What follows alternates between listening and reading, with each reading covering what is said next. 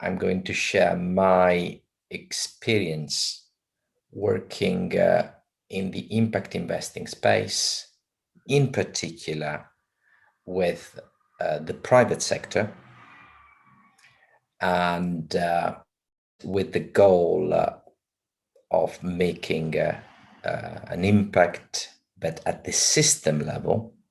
So something that should echoes with your challenges and certainly align with the.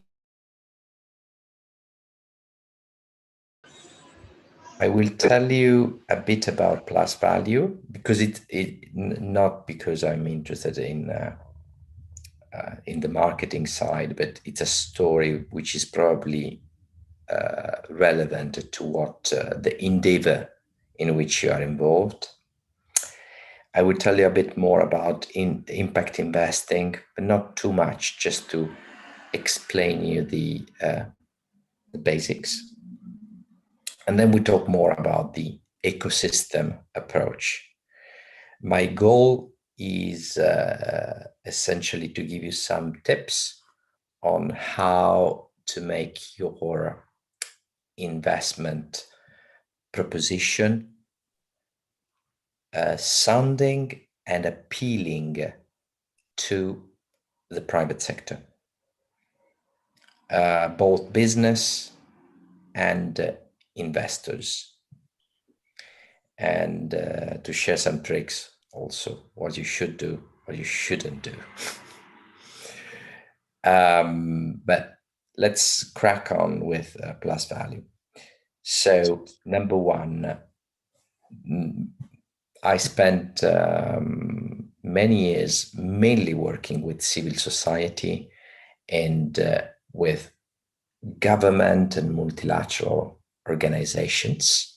So something which is probably the background that you share. I mean, sorry, I didn't read about your biographies, but let's be honest, guys who normally get into the field of SDGs and start an enterprise to address the SDGs, they normally share that kind of background, that passion and drive for public good creation.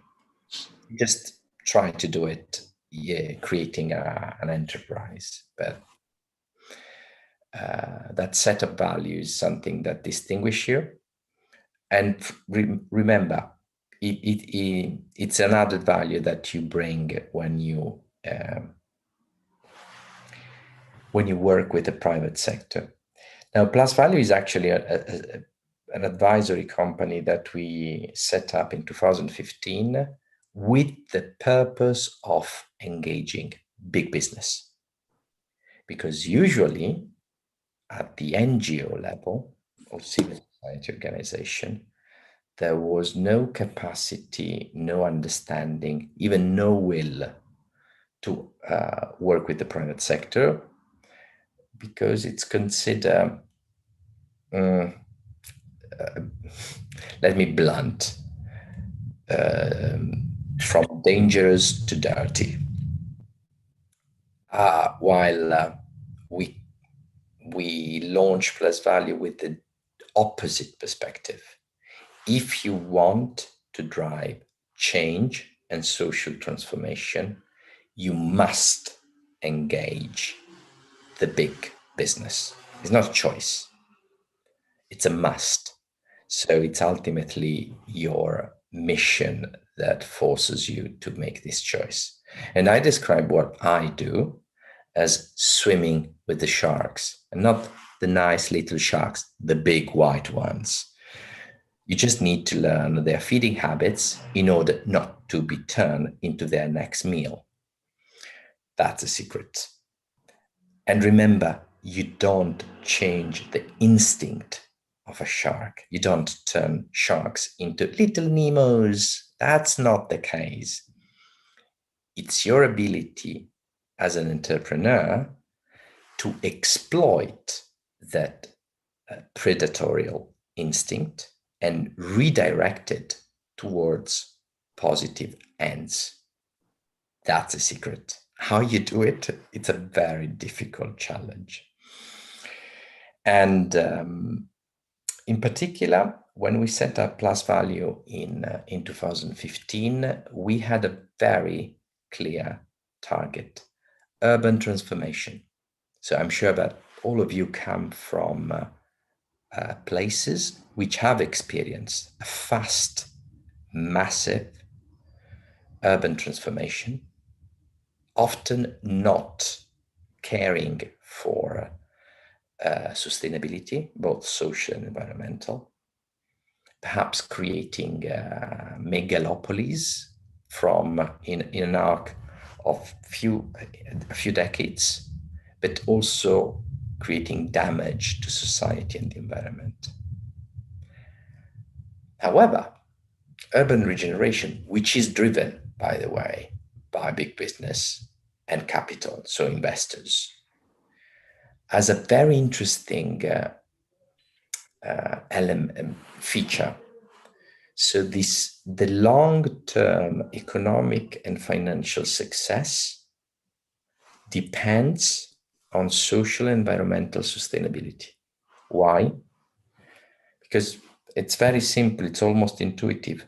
People want to live, to work, to raise their families in nice places where the air is clean, the water is clean, where the streets are safe, when there are services for the elderly, for children, where there are good health services, good education services, when business thrives, when there are job opportunities, rewarding job opportunities.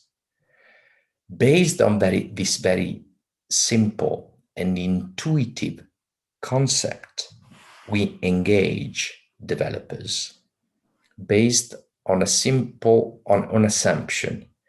If your financial success depends, at least partially, and certainly in the long run, on the social and environmental sustainability, then you should invest in that sustainability in order to preserve the value of your assets and increase their value over the time.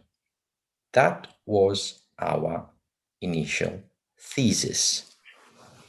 And as you can see, so we get immediately in the thick of it, in the thick of our discussion, we did not present our case based on lofty values.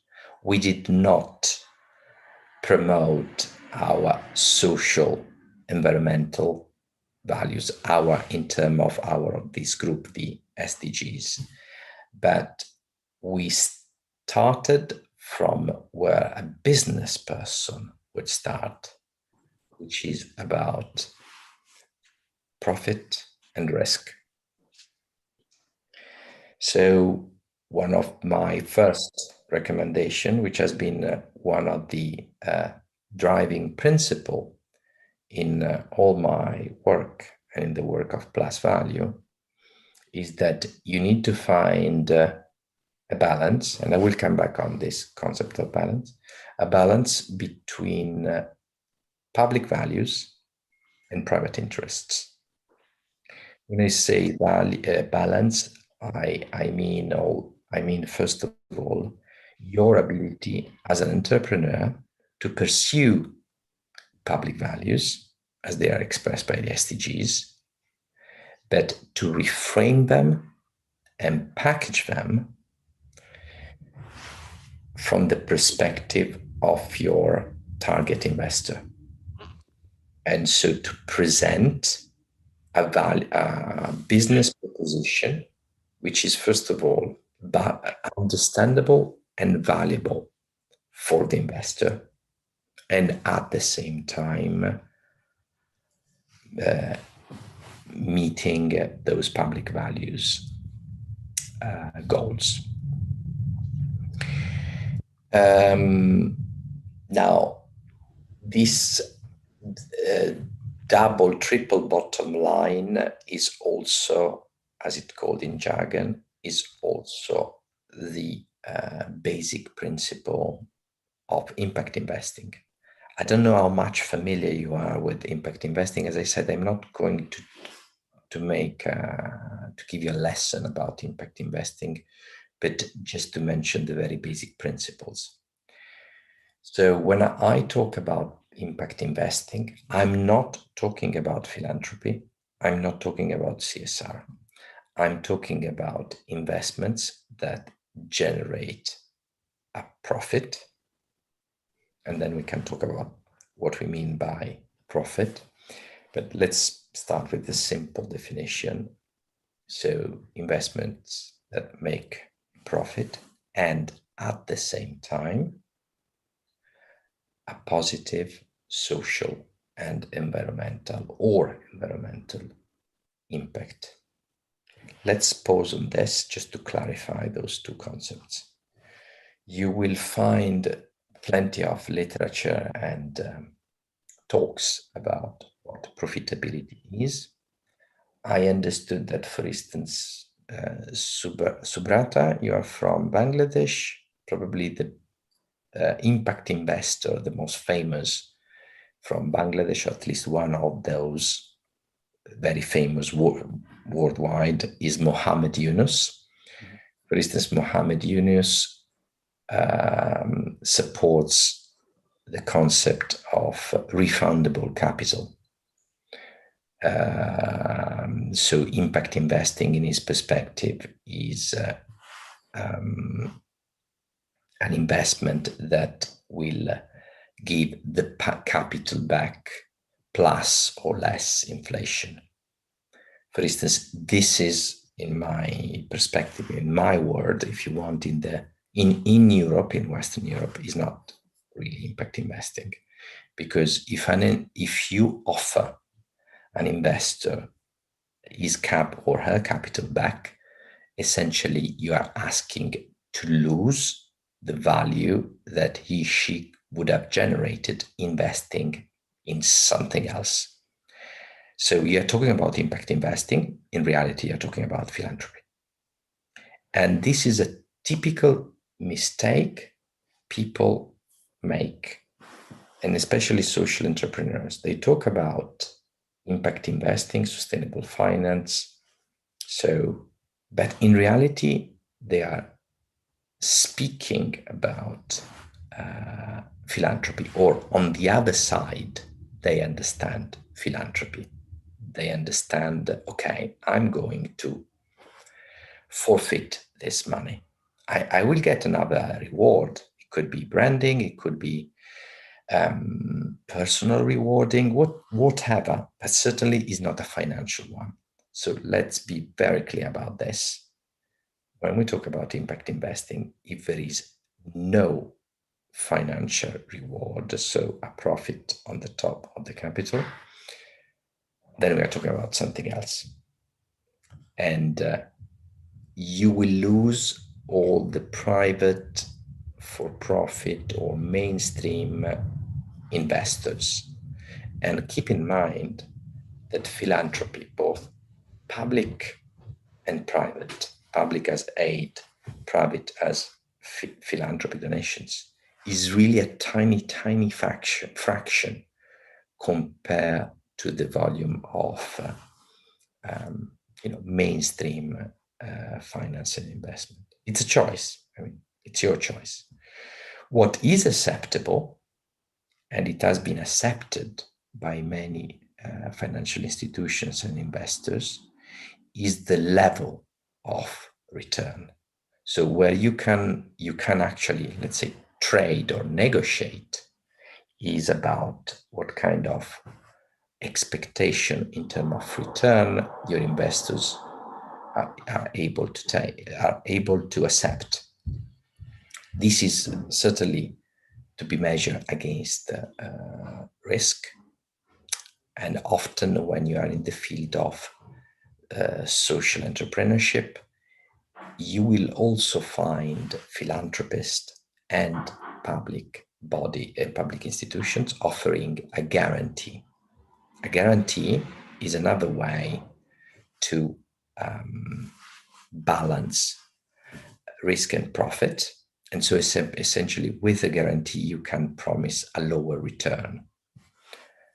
And when I talk about lower return, that is also context-based, because certainly what you can offer in Europe, it's not feasible for it. Sorry, Subrata, if I take your example, that expectation in Bangladesh are certainly higher, but because of the, for instance, country risk profile. But when we talk about the context like Europe, and I'm making a generalization,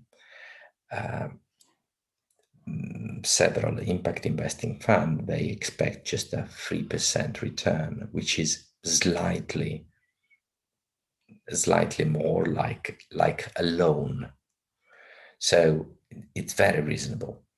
And what we have seen over the last years, the public sector has started providing guarantees for private investors. This is a mechanism that works very well. You can call it blended finance, where the public sector and the philanthropist provides a guarantee and the private investors the capital. This is, for instance, a model I would consider because it is more manageable. On the other hand, and then we have, let me finish with the what we mean by impact, and then I want to talk about the green social washing, which is another danger. When we talk about impact, this is your strength, and this is where you really need to do a solid work. An investor will be lenient in assessing your financial proposition. I mean, it will look at it roughly, but unless it's an institutional large investor, it's a private investor. If she is interested in your value proposition, they are ready to work with you on the financials. But where you have to be really strong and solid is on your impact. Impact investing, there are some criteria that will distinguish a real, genuine impact investment from everything else. And they are measurability, additionality, and I'm terrible when it's about the list of things I have to memorize. I will come with that. So let's start naming those. First of all is measurability. You need to have quantified outputs and outcome and a very strong narrative. I'm sure now Mehmet and the team are working with you on that, but it is not acceptable to make general statements about poverty eradication with no clear targets on which you are measured. Actually, I tell you more, most of the impact investing fund these days, they have impact targets and they measure their own success based on your success in meeting them. So they measure themselves on your quantitative scoring. There are several measurement frameworks. We won't go into this. It doesn't really matter what you pick as long as you pick one. My suggestion is always to go for counting heads. It's always the most successful amongst investors. Keep in mind that most of the investors have a very little understanding on impact assessment. So, as I said, it's your real added value in what is ultimately a partnership because an impact investor wants to be your partner. Is not a bank. The relationship is completely different. So whoever compares credit to equity misunderstands the fundamental relationship, the fundamental difference in the relationship between you as an entrepreneur and the capital provider. The relationship with an impact investor is a real relationship, partnership. And your added value is the impact side. Now, besides the measurability, the very important one is the so-called additionality. So the kind of impact, or the I would even say quantity, but let's say the impact that your enterprise is able to make thanks to the investment. And you have to be able to prove it. Meaning, if you read this sentence in the opposite sense, without that investment, you would not be able to reach that impact. That is additionality. And additionality is, it has to be intentional. That's the other principle, intentionality. So it's not about positive externality. It's your purpose. It's not something that happens and randomly. It's something that is strategic and defines the purpose of your enterprise. And you are, or your enterprise is able to make it only thanks to that investment.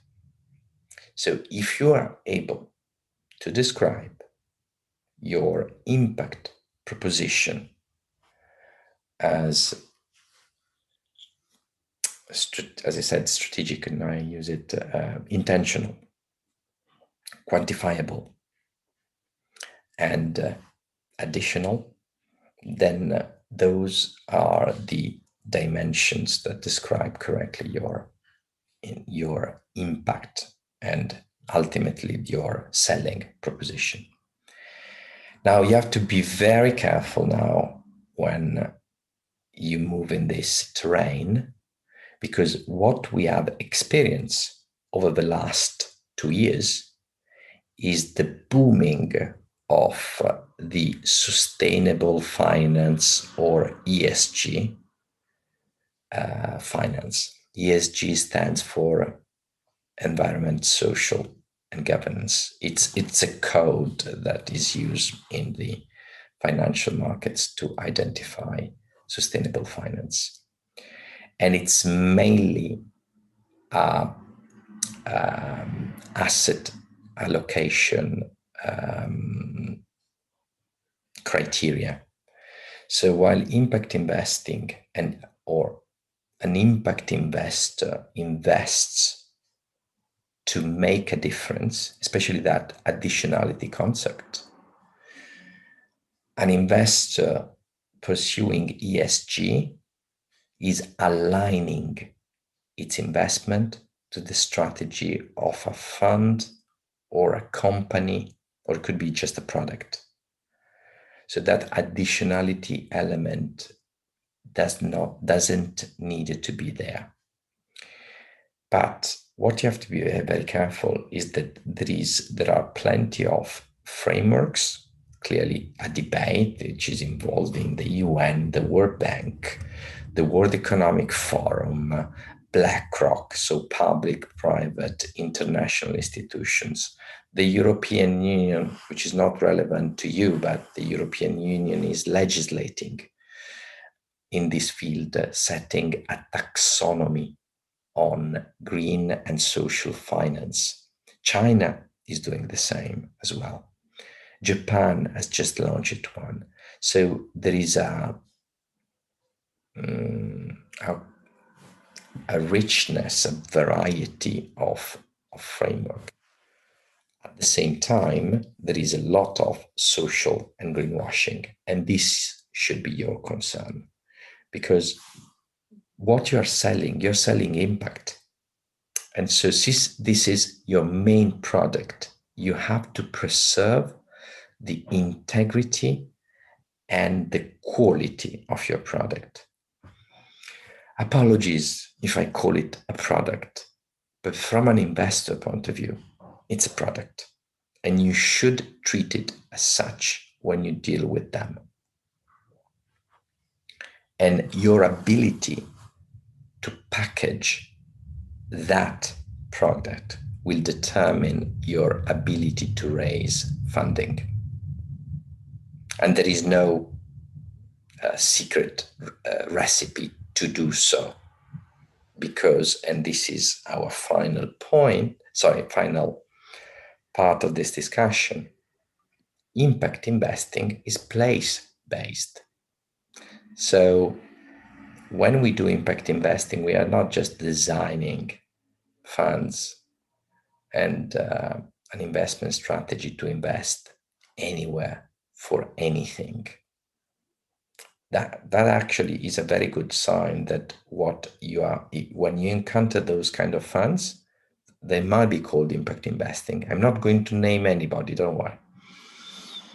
But when you see those global impact investing fund, this is where skepticism should kick in.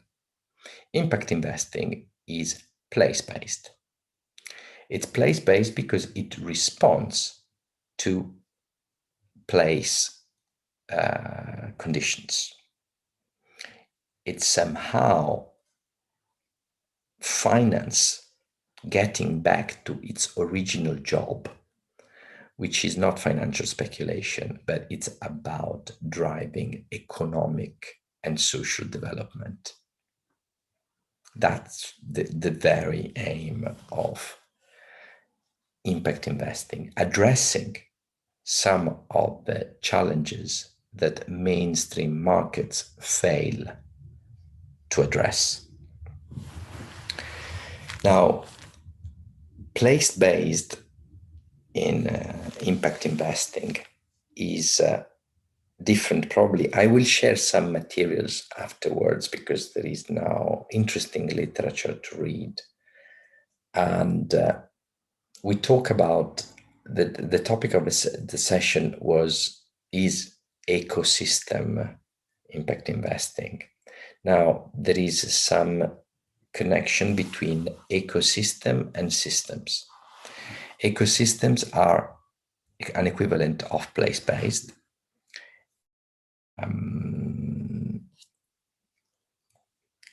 Yes, it is. I can see a question. Is place-based? It means also geography, defined geographies. It means them finance, and you will encounter also this, and I'm sure in your discussion with the SDGs, is also about systems, not always related to a specific geographical location. I give you an example. When you think about, we are in this moment dealing with a system problem. Think about COVID and public health. So COVID and public health is a problem of system, and it has a very clear investing dimension, both in the research, in the prevention, in the cure, and is not and cannot be limited to a place. It wouldn't make any sense in that case. Many SDGs have a system component. I will share a very good report about this, that it's short to read. What I've been developing, on the other hand, so one is connected to the other one, but you have to be clear about the distinction. What I've been doing over the last 5 years working on urban regeneration is a place-based or ecosystem. So you work on a defined area, geographical area, and you treat it as a complex system, but if you want, at a micro level. If you take a section of your urban environment, you will find a section, big enough section. You will find all the complexity of your city, of even your country in some cases, but in a well-defined area. So that is, and it has been for me, the way to carry out a sort of urban experiment on the new solution for sustainable, inclusive, healthy living. It gives you the opportunity on one side to work on solutions and test them in a specific context.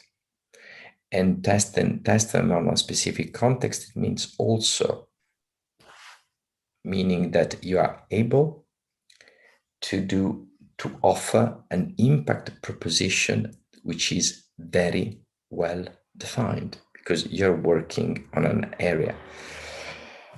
For instance, currently our focus is on a new urban regeneration project which is called MIND-Milano Innovation District, MIND.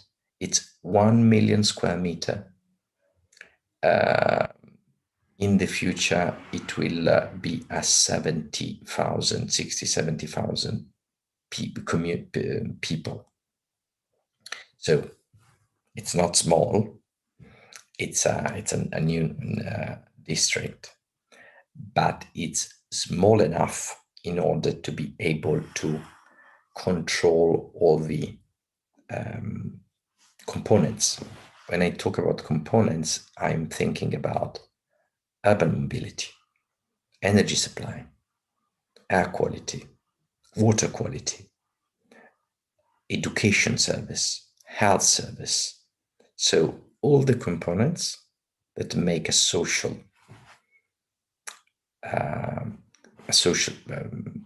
community, so a social economic system, but at the same time you can study, monitor, report on everything. Most importantly, you are able to work, and this is another distinguished element of ecosystem approach, with all the stakeholders. So that is one of the differences between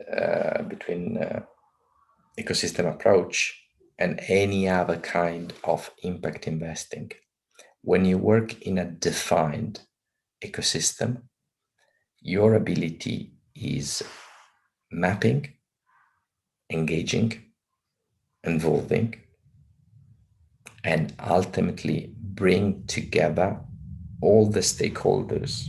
And all the stakeholders mean the public sector, the private sector, the NGOs, the citizens involved in that community.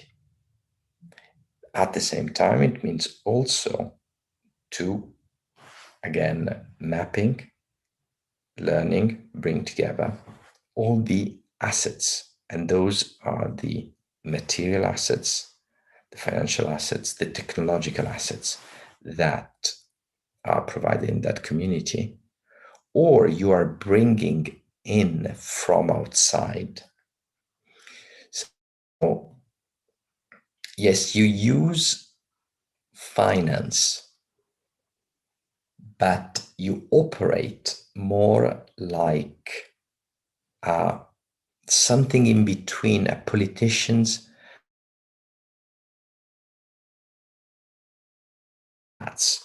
at the same time.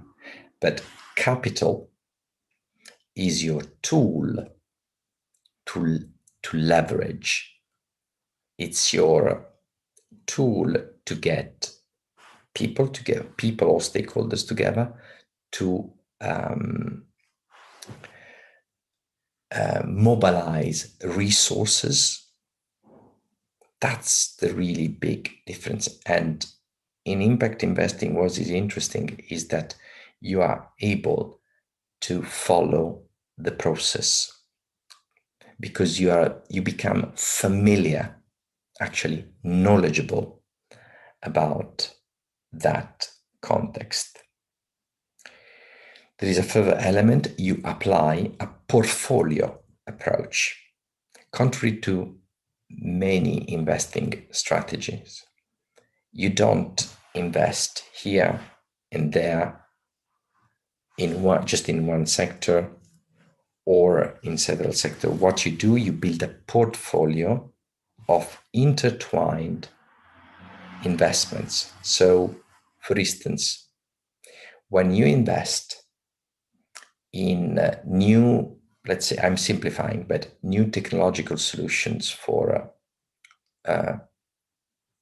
water quality, air quality, you are also having an impact on the quality of health and educational services. And you must be, so, and when you invest, you need to think about the system effects and how you capture them. So, and when I say capture, is both at the value creation and impact creation. So value in terms of financial value, impact in terms of positive impact. And it shouldn't happen randomly. It should be part of your strategy.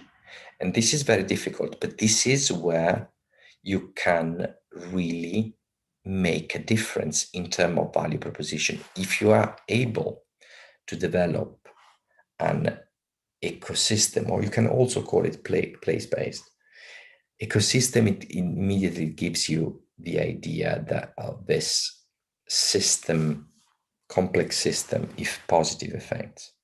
If you are able to make such a proposition in designing your investment proposition, then you will be able really to attract the interest of investors. Investors, in particular private investors, are not able to operate in this way.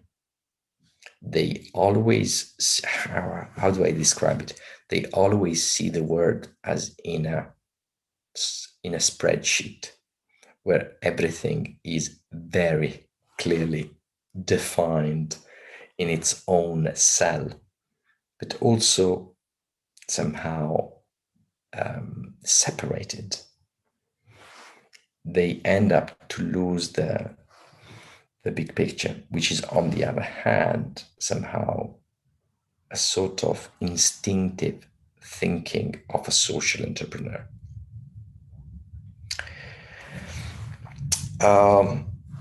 I think I've been talking far too long, and that is, yeah. I had a question, Filippo, if I may. Yeah. So I was reflecting on your point that you should make impact as a product for the investors. Yeah.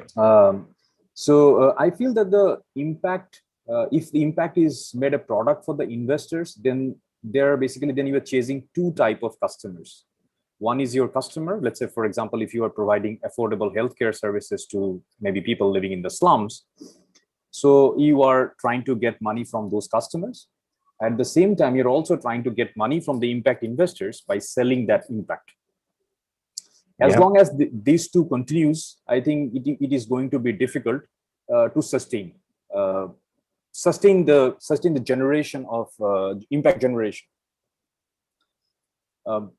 Because I think there is a cost of delivering impact, and there is also a cost of measuring impact. When we are serving underserved communities, especially people in the rural areas, people in the urban slums, people in the BOP, there is a cost of delivering impact. delivering a particular goods or services to them. And there is also a cost of measuring impact. Now, I come from an inclusive business development background. Like, I worked in an NGO that was championing the private sector-led development, and I worked with the private sector, trying to bring them into improving the lives of the poor people. But at one stage, I felt that this was just not enough, and I need to do something else. And I decided to set up this social enterprise called Bhalo, because I feel that these two worlds has to come together. And when I'm trying to create impact for my customers, and so it comes at a cost. So I'm charging them more in terms of selling the products or services. I'm charging them more. And then on top of that, when I'm seeking impact investments, I'm also asked to measure impact. So now the dilemma is that when you are trying to deliver impact and when you are again also trying to measure impact, it comes at a cost. And how do we recover that cost as an enterprise? And if that cost is coming from the impact investment, and then impact investment is not a kind of a regular thing, it is a temporary thing. I get some funding from an impact investor for 2 years, and I utilize that funding to measure impact. And after that, I don't have a sustainable mechanism of measuring impact. How do we really continue to create and measure impact? And there was another discussion yesterday while we were during the pitch presentation. We were talking about a P2P company, and we had this impression: no, you guys are too expensive for this segment. You guys are too expensive. Like, banks are charging 9%. Why should you charge so much? And if you are charging so much, can we really call this an impact? So you mentioned about Mohammed Yunus. So Mohammed Yunus championed the microcredit business in Bangladesh, and microcredit comes at a huge cost for the segment. If you compare with bank, obviously he's charging a lot. But if you compare with the local money lenders working in the villages, he's doing a much better job. Yeah. So I think we need to put things into perspective, and we need to see, like, things might come at a cost, but what is the ultimate return that is generating for the consumer who is consuming that product or services? Let me elaborate on your points, at least with some reflection. On one side, I said measurement. On the other side, I talk about impact as a product. And here there is, if you want, some inconsistency. So on one side, on the formal side, impact investors will always expect to have a measured impact. So somehow you have to provide some figures.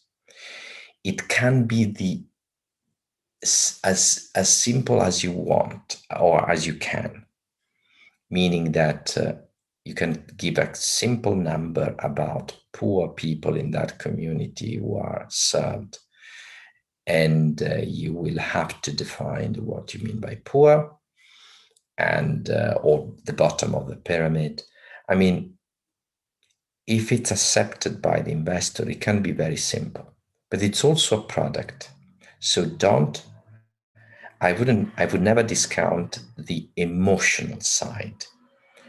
So selling impact as a product, it means also to find a way to touch the emotional human side.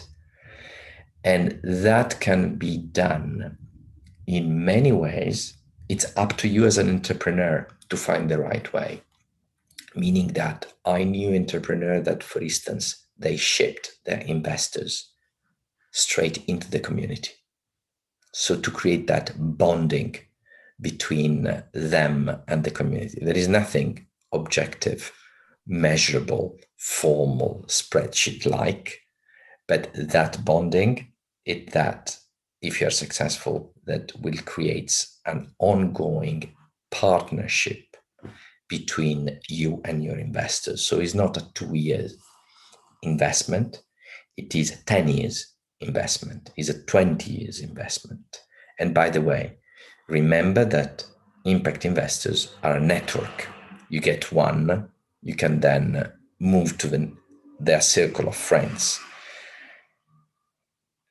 This falls on your shoulders in your ability to sell that product. So let's say that you need to have the numbers, and they can be very basic.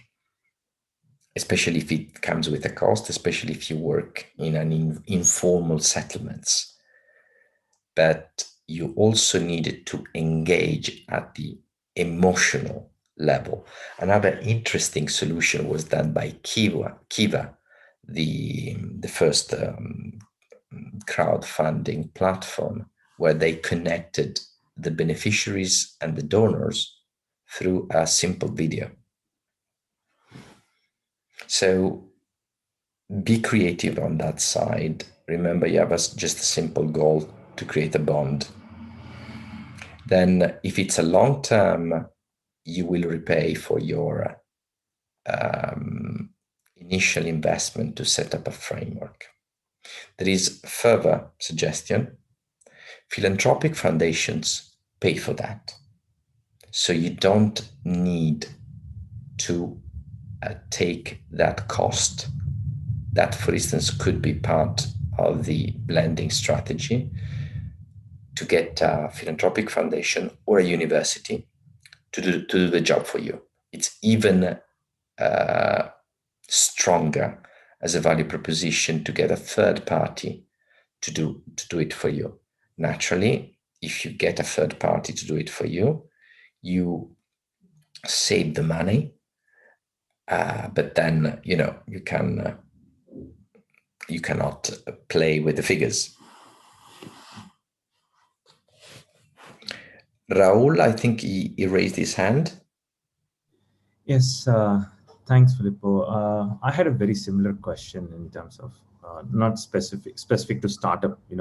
You mentioned something about additionality not being a byproduct. So impact should not be a byproduct of whatever you're doing. It should be, the core of your business. It should be part of your value proposition. It should be part of your strategy, and that should reflect and should come out. Now, for a startup, that's any startup which is looking for funding.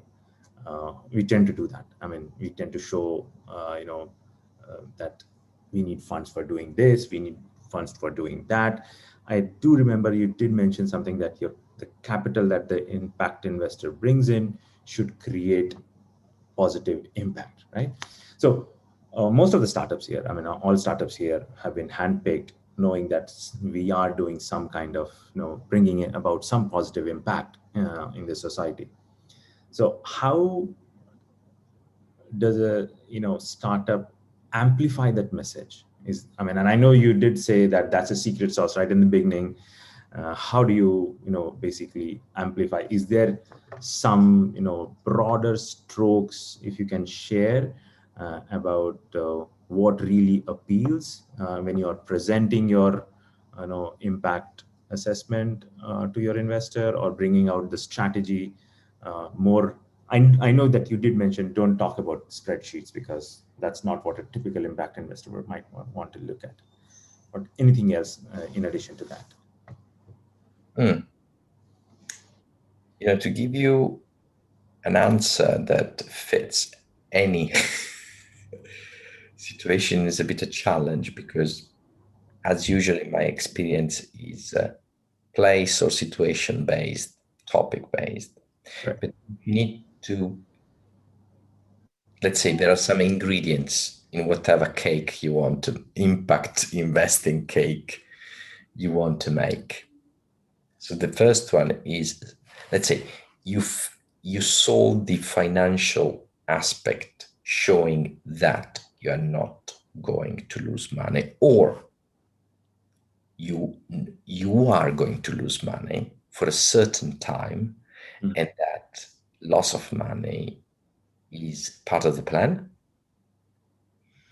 and it's an investment that then will generate a positive outcome, and finally a break even, and then profitability. So the financial side is relatively easy if you are able to be clear, straight on your financial plan. The impact is trickier also because we don't have, I mean, it's very anecdotal and personal and situation based. But in my experience, you needed to find the balance between earth and heaven. So you needed to be, on one side, super concrete in what you offer, that additionality, what you promise to deliver.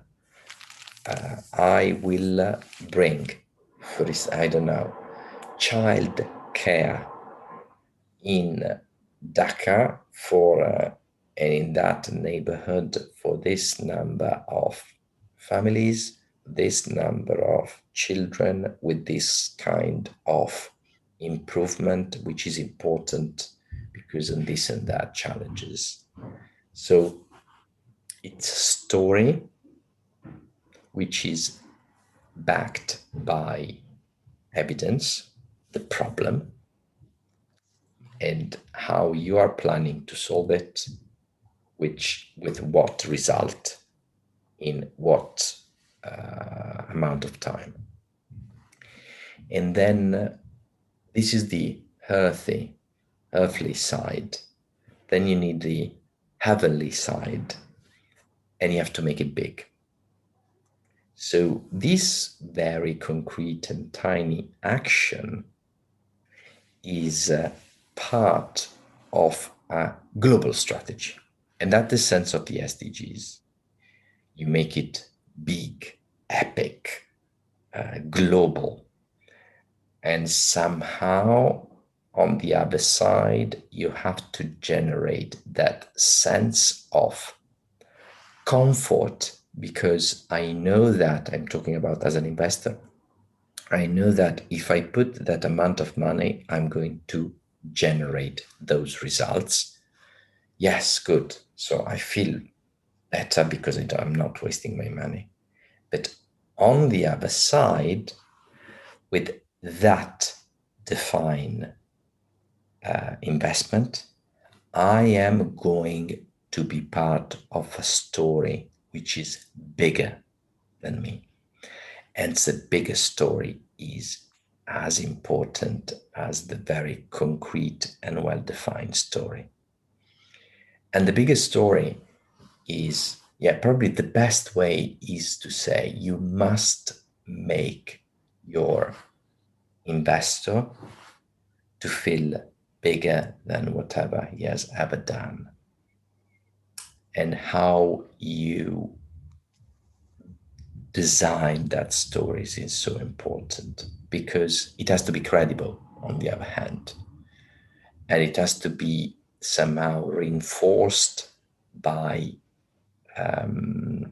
validation, third-party validation. So for instance, the SDG Impact Accelerator works well because to that brand, there are several bigger brands attached to it. So immediately the investor has the feeling that investing in your company, it becomes part of that bigger story, which is the UN, which is the UNDP, the multinational corporations, the philanthropic institutions, governments, and always finding this balance is the secret. There is no recipe. There are more ingredients. I got some. Thank you so much. Make the recipe. Thank you so much. I got some really good ones. I have another question. Hello. Who's that? Osman, Turkish, I guess. Yes, exactly. And we have two options to follow as far as I can see. For example, we can approach the normal VC who lives in these spreadsheets, or we can also approach to impact investors. And I'm curious about the blend of it. If there's at certain stage we got some impact investor on board, and then at another stage we got another SaaS VC on board. So I see that there are potential conflicts of interest between these because, you know, they are not aligned with all of their goals. So how can we manage it? I mean, can you provide some insights about it? How to manage it? Okay. First of all, when you start simple. So forget the blending to start. Ideally, at least this is my experience, this is my recommendation. Start simple with a grant. I wouldn't, you know, if you can get an investor, as you say, it's better to be from the friends and families. So someone you're very close to, because you don't want to put a stranger into your baby company. But a grant from a philanthropic institution, a grant from a public institution is always the easiest way, because once you have done the paperwork, you're done. So they won't bother you too much. While investors, unless it's your friends and families, as I said, it's a partnership. And so they keep an eye on you all the time. And if that investor is a mentor or a friend, it can be helpful. But if it's not, the relationship could turn really sour. Then as you evolve, as your company grows, then you can start thinking about the blending. And you're perfectly right. So when you have different kind of, let's call it capital, public, private, credit, and equity, inevitably you have a potential conflict of interests. But wait a second, you are the center of everything else, of everything. So look at this from the opposite perspective. There are potential conflicts. It's also your strength to pull and balance them, and to balance their conflicting interests, to pull the situation from one side to the other side. You have to be a bit Machiavellic when you are an entrepreneur. You're at the center of those conflicts, as Subrata said very well. They are also you are in the middle of tensions between beneficiaries who wants the best quality and the least price, with investors. Yes, they want quality, but they want to gain, or perhaps they want you to grow quickly, while you care, while beneficiaries don't care about you growing. They want just a very good service for themselves. Being an entrepreneur, it's always being in the middle of the storm, and to sail, to, if you want, probably sail from a store to the other one without sinking. And so you have to be the master of conflict of interests. There isn't a situation. Now, you can use a lawyer, you can use contracts in order to at least qualify priorities. So, for instance, between capital provider, credit provider, and an equity provider, the credit providers comes first in terms of repayment. This is not, certainly it's a conflict of interest, because they both want their money back, but the law says who comes first. So that is not a conflict you have to worry about, at least not too much. But there are others that are not defined by any formal framework, and your job is to be in the middle of it and to handle that, to manage them, actually not only manage, to lead and overcome. And if you're really good, you turn these conflicts into your opportunities. It's a concept of balance of power.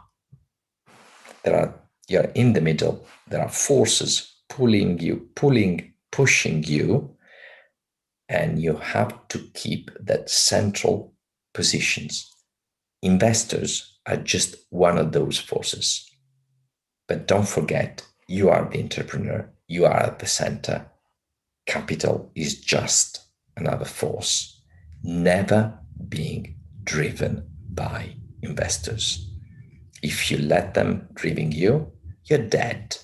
Sooner or later, you will sink, at least because they will take over and you will find yourself without an enterprise. They will get your enterprise. But that is not only in social entrepreneurship, that is for every enterprise. The difference is in a social enterprise, you have even more forces pulling and pushing you because the quality of what you offer to your product, to your clients, especially vulnerable clients, is as important as the expectations of your investors. So it's even a tougher job to be a social entrepreneur because you're an entrepreneur, but you're also socially driven. It's a nightmare. But, I think if you're here, it's too late. Yeah, thank you. You're welcome.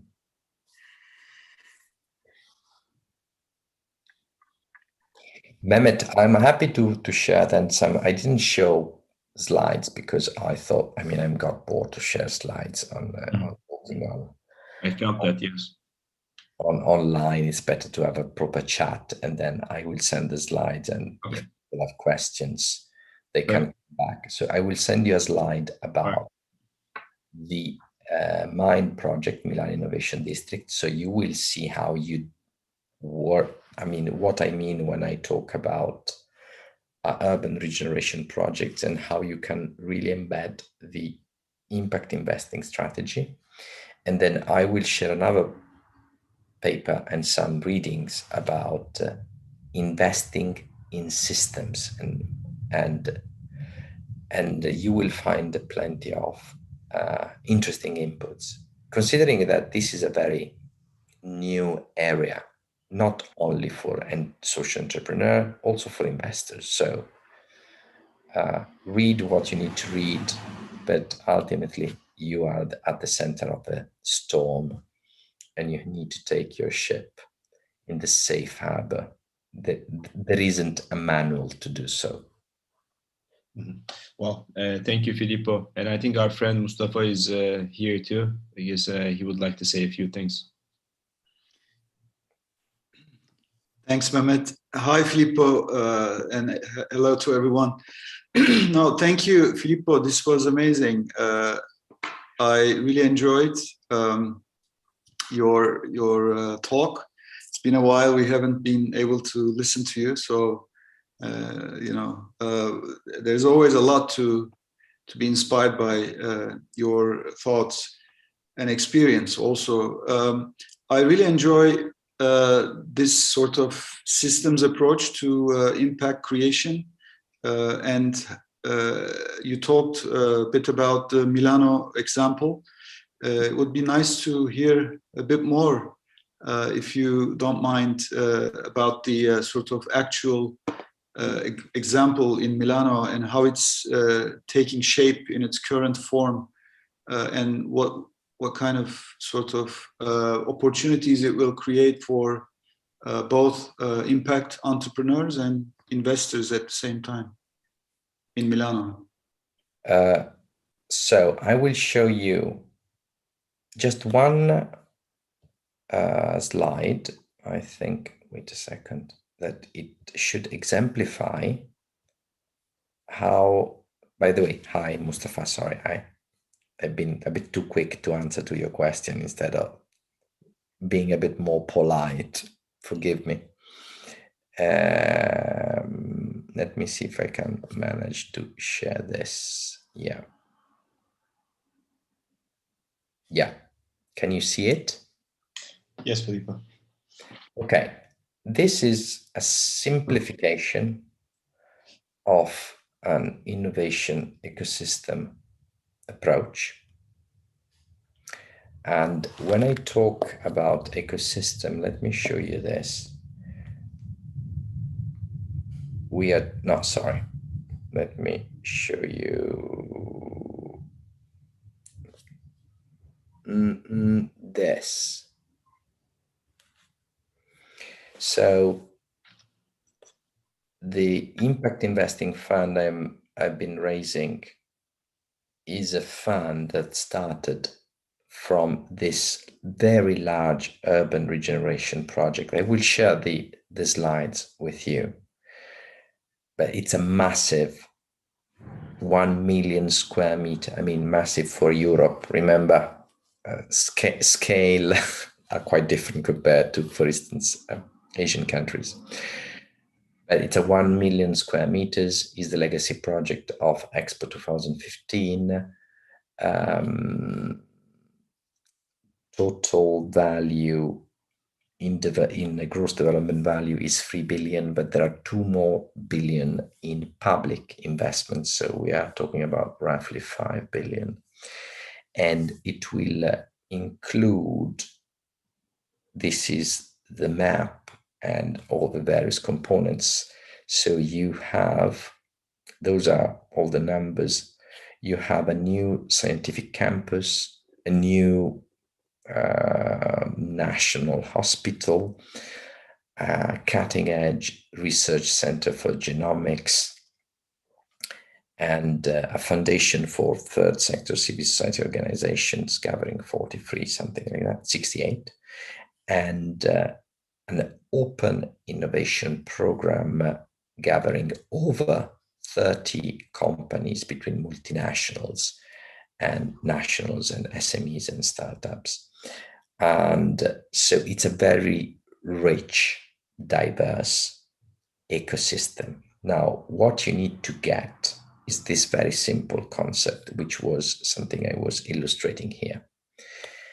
In a place like Mind, is essentially like a gigantic fan attracting, incubating, accelerating, and scaling new innovative solutions for urban living at all levels. When I talk about all levels, I'm talking about this, for instance.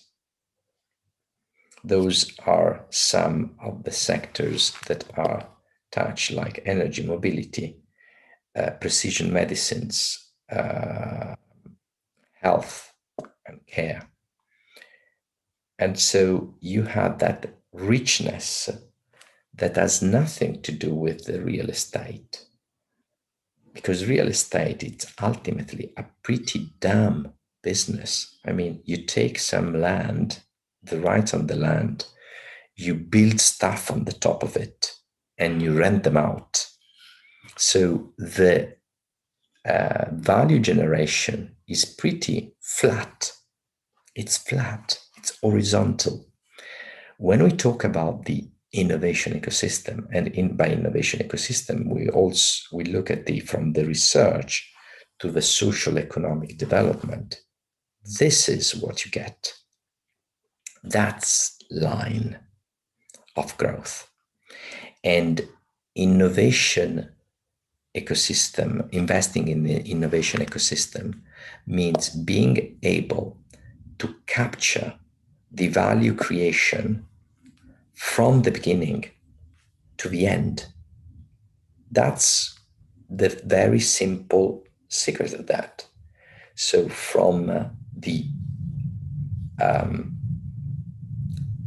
very inception of new ideas, and when you have a university, a research center, those are the places where researchers, students, professors, they conceive new ideas. So we are in the solution side.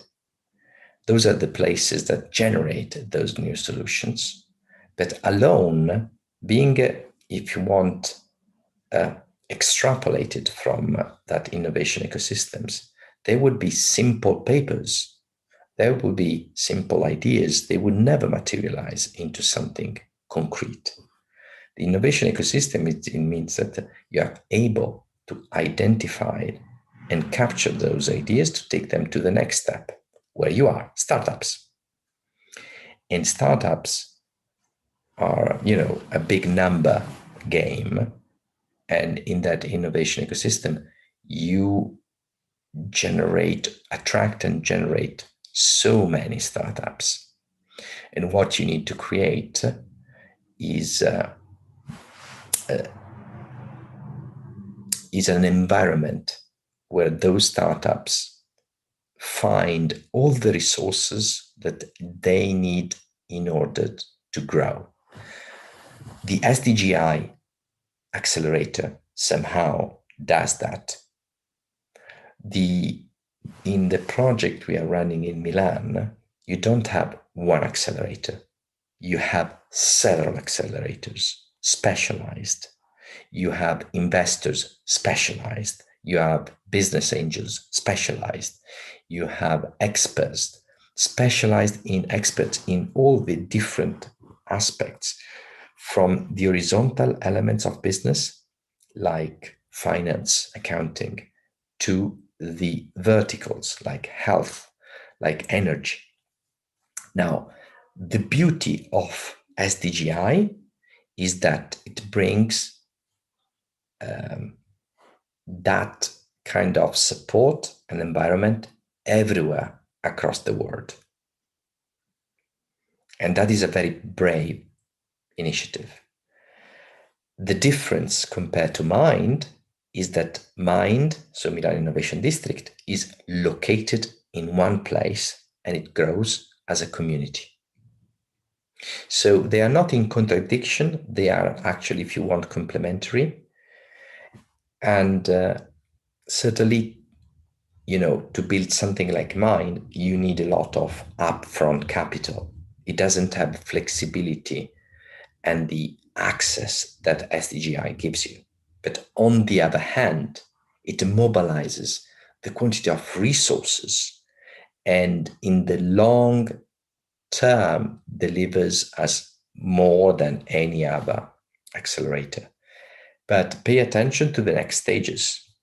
So from a startups, then you have a dedicated environment for the scale up and then from the replication. So places like MIND operates as a first market where those growing startups really can grow and scale in terms of customers, capital, staff, expertise. And for instance, investors which are specialized in the scale up are not the same investors that would invest in startups. So you need a variety of those investors. And finally, the last point, where perhaps there is a connection, you have replication. So places like MIND are connected to other places like MIND, other innovation clusters, districts, urban innovation districts, where that they exchange new solutions, new technological social solutions, or companies. So they jump from one to the other one. And forming, in some cases, what are called mega regions. Like, for instance, in Asia, you will find several mega regions. So cities which are connected in particularly through those innovation ecosystems, and they exchange resources at all levels: capital, talents, entrepreneurs, technological solutions, you name it, experts. And in the long run, places like Mind can only thrive if they are able to create an international, a regional and an international network of peer places as a complex, dispersed, distributed ecosystem. And I see this as the new pattern of globalization. They will become the time jump sites connecting one place in the world to the other one. But this is more a dream for the future rather than a reality at the moment. This is really very inspirational, Filippo. Thank you very much for elaborating on this example. If I may, Mehmet, I don't know if you have time, but just one quick follow-up question. Yeah, we're over the time, but I think you can. So whoever needs to leave, if one of the participants, please go ahead. But yes, please, Mustafa. No, just very quick. Then I'll stop there. It's just this, urban regeneration is really the future, and as you said, creating these ecosystems which are also connected to other ecosystems around the world is probably the way to go. And I was just wondering, from the perspective of social entrepreneurs, obviously cities are the place which are quite attractive, but how about the rural, rural regeneration, so to speak? With COVID, there is a lot of also pull factor towards villages and rural areas. How can we sort of create these connections between also urban and rural, and somehow share the wealth and knowledge that is created in the city ecosystems with those in the rural areas? Because if we can't find this connection between urban and the rural, cities will get bigger and bigger, and the social entrepreneurs will have to deal with more problems. And why not to solve some of these problems and create rural ecosystems which can also be attractive hubs for entrepreneurs and investors? What do you think? So concentration and proximity makes those places. So it would be conceptually misleading to compare urban innovation clusters to what you can develop at the rural area. So probably rural areas need something which is different. But let me stop here also, because I don't have expertise or neither theoretical nor first-hand. However, what I can say for sure is that those urban innovation ecosystems live on local networks. So you should not, probably there is a slide which has never been produced, which is about the connection between everything within the site and everything outside the site. So for instance, if you think about apply the concept of supply chain, the life science network bringing together from research to go to production and go to market is much bigger than what you find within the site. And it's the ability to make those implicit, hidden relationships part of the picture. It's something that we did at the beginning when we work on the planning.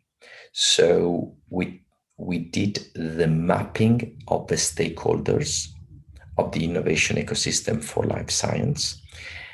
And that was not limited to the partners within the site. Actually, most of the stakeholders were and are outside.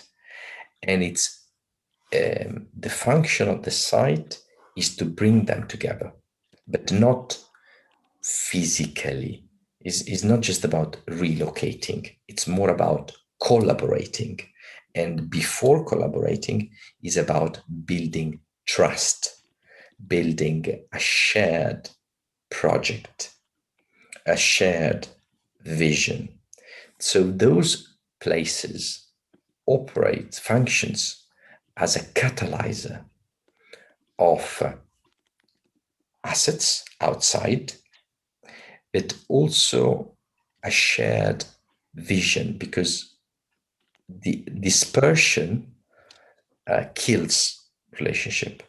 So you need a place where to gather them. Is the concept of of the square.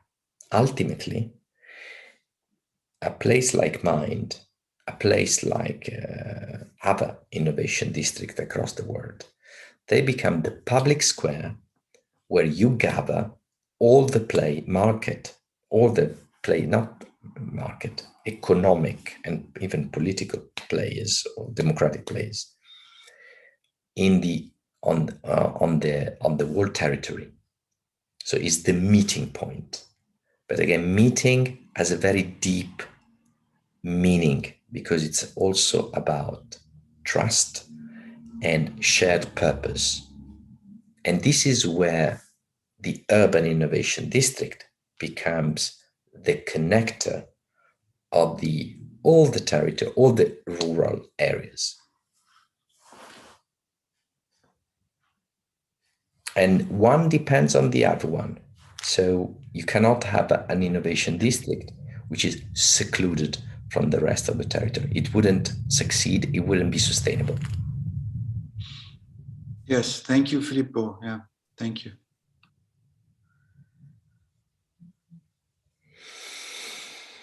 Okay, so Filippo, thank you very much for today. That was very valuable and useful for us. And we'll send the invite for the demo day. Hopefully you can make it, and then later we can chat about how you're seeing SDG Impact Accelerator versus the pilot phase when you have experienced it firsthand. I will send you the materials as promised. Yes, perfect. So we'll send it out to all the teams as well.